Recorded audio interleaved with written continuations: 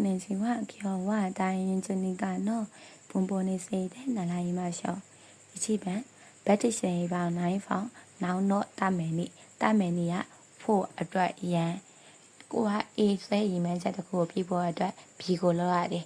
A ဆွဲရီမန်းချက်ကိုပြေးဖို့အတွက် B ကိုလောက်တယ်ဘတ်တစ်ရှင်ပေါင်း9ဖောင်နောင်တော့တမယ်နိရန်အတွက်ဖို့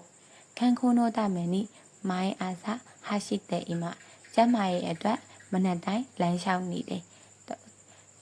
ချိကန်ကိုခေါကိုဆလို့တမယ်နိမိုင်းနေချိပန်းကျော်ရှိတဲ့အိမဆောင်းမပဲအောင်ဖို့အတွက်နေတိုင်းစာလေးလာနေရတခုခုဖြစ်ဖို့အတွက်ရီမန်းချက်အေးဆွဲရီမန်းချက်ဖြစ်ဖို့အတွက်ဘီကိုလောက်တယ်ဆိုရင်တမယ်နိဘတ်တစ်ရှင်နေပေါင်း9ဖောင်နောင်တော့တမယ်နိအဲ့လိုကကြောင့်ဖို့ရနော်နိရဲ့အထိမှာဆိုဒီမှာကြောင့်ဖို့ရ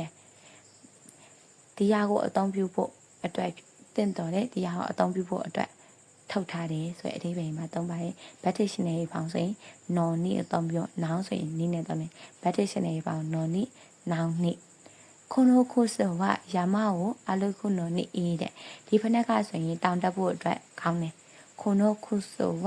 ယာမကိုအလုခုနော်နိအေးတဲ့ဒီဖနက်လေးကတော့တောင်တက်ဖို့အတွက်ကောင်းတယ်